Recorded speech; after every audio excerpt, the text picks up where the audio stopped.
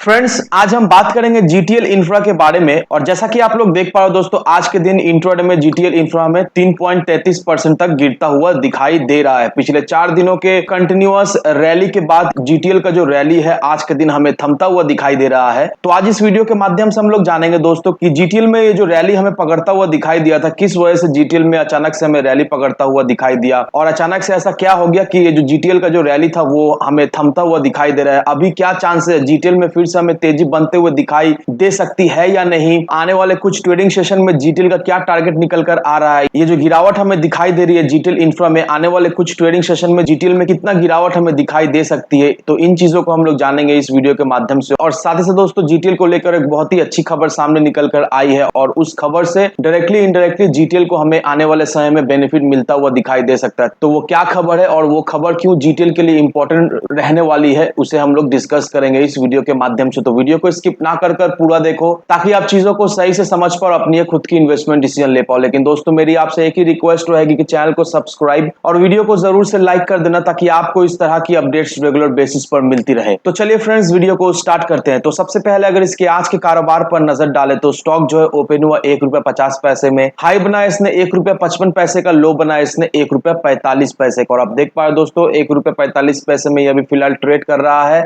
और साथ ही साथ दोस्तों इंट्राडे में इसमें 3.33% की एक गिरावट होते हुए दिखाई दे रही है। वहीं अगर पिछले 5 दिनों के परफॉर्मेंस को देखेंगे दोस्तों, पिछले 4 दिनों से जीटीएल ने अच्छा खासा एक रैली पकड़ा था, लेकिन आज के दिन ये रैली हमें थमता हुआ दिखाई दे रहा है। इसमें फिर से प्रॉफिट बुकिंग होना जारी हो चुका है। तो अब हमारा मन में ये सवाल है कि ये जो प्रॉफिट बुकिंग होते हुए हमें दिखाई दे रही है, कौन सा लेवल तक जीटीएल इंफ्रा जाता हुआ हमें दिखाई दे सकता है आने वाले कुछ ट्रेडिंग सेशन में? तो उसे भी हम लोग डिस्कस कर लेंगे इस वीडियो के माध्यम से। लेकिन सबसे पहले दोस्तों इस आर्टिकल को देखो दोस्तों, यहाँ पर क्या मेंशन किया हुआ है? यहाँ पर यही मेंशन किया हुआ है कि संजय गोयल जो कि प्रेसिडेंट है एटीसी, और हम लोग सभी अच्छी तरीके से जानते हैं दोस्तों एटीसी जो है वो एक अमेरिकन टेलीकॉम कंपनी है। और एटीसी का ये मानना है कि इंडिया में 5G को लेकर बहुत ज्यादा ही अपॉर्चुनिटी है और एटीसी का ऑलरेडी इंडिया में 75,000 टावर इंस्टॉल्ड है। और अब एटीसी ये प्लान कर रही है कि इस साल 3,500 नया टावर जो है वो अपने पोर्टफोलियो में ऐड करे। और उनका ये प्लान है कि 5G के मार्केट में 2,000 करोड़ रुपीस का इन्वेस्टमेंट करे बाय द एंड ऑफ 2023। तो अब देख लो दोस्तों, एटीसी जो एक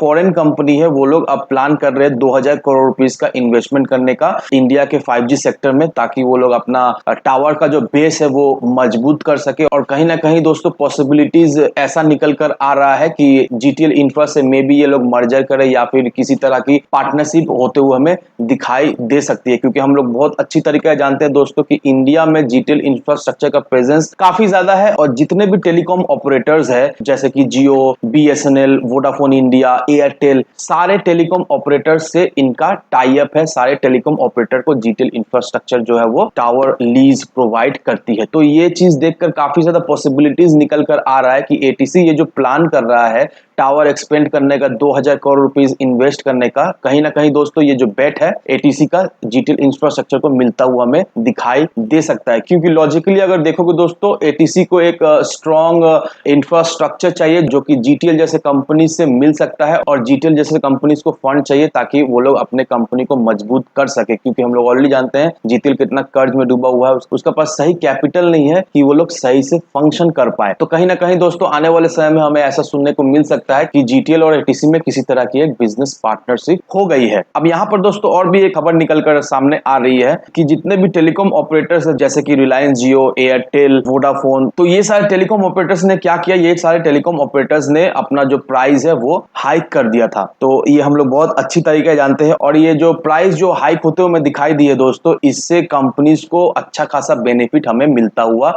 दिखाई दे रहा है। क्योंकि रिपोर्ट ऐसा कहता है कि अब जो क्वार्टर आने वाला है, that means Q1, Q2, in companies के लिए बहुत ही अच्छा साबित होने वाला है। क्योंकि इनका जो एवरेज रेवेन्यू पर यूजर, दैट मींस ARPU, वो आने वाले financial year, that means financial year 23 में बहुत ही अच्छा निकल कर आएगा। और ये आर्टिकल मैं आपको इसलिए दिखला रहा हूं दोस्तों क्योंकि आपको ये चीज समझना है कि अगर टेलीकॉम ऑपरेटर्स लोग को प्रॉफिट होता है तो देखा जाए तो इससे डायरेक्टली इनडायरेक्टली जीटीएल इंफ्रास्ट्रक्चर को भी हमें प्रॉफिट मिलता हुआ दिखाई देगा। क्योंकि जीटीएल इंफ्रास्ट्रक्चर जो टावर लीज कर रही है, इससे वो लोग रेवेन्यू जनरेट करते हैं। अगर टेलीकॉम ऑपरेटर्स को कोई सही से प्रॉफिट ना हो तो इन जैसे कंपनीज का जो पैसा है वो फंस जाता है और इस वजह से इन जैसे कंपनीज को लॉस होता हुआ हमें दिखाई देता है। तो अगर टेलीकॉम कंपनीज अच्छी तरीका से प्रॉफिट करेगी, अच्छी तरीके से ग्रोथ करेगी दोस्तों, तो नो डाउट दोस्तों जीटीएल जैसे कंपनीज को इनिशियली हमें ग्रोथ होता हुआ दिखाई देगा। तो ये दो अपडेट सामने निकल कर आई है दोस्तों जीटीएल को लेकर, और कहीं ना कहीं दोस्तों मुझे ऐसा लगता है कि आने वाले समय में दैट मीन्स अगले 2-1 साल में जीटीएल इंफ्रास्ट्रक्चर में हमें एक अच्छी खासी तेजी बनते हुए दिखाई दे सकती है। लेकिन दोस्तों आपको एक बात का ध्यान रखना है कि जीटीएल इंफ्रास्ट्रक्चर जो है वो एक हाई रिस्क पेनी स्टॉक है। तो आप उतना ही पैसा लगाए जिसे अगर आप खो देते हैं तो आपको कोई गम ना हो। तो इन बातों का जरूर से ध्यान रखें। और जो लोग सोच रहे हैं जीटीएल इंफ्रास्ट्रक्चर में भी फ्रेश एंट्री लेने का, मेरी सलाह यह रहेगी कि अभी फिलहाल जीटीएल को अवॉइड करो। इसमें अभी हमें प्रॉफिट बुकिंग होते हुए दिखाई दे रही है। तो मोस्ट प्रोबेबली दोस्तों जीटीएल इंफ्रास्ट्रक्चर जो है वो हमें फिर से ₹1.25 के लेवल तक जाता हुआ दिखाई दे सकता है, क्योंकि ये जो ₹1.45 का जो लेवल था एक बहुत ही इंपॉर्टेंट रेजिस्टेंस लेवल था।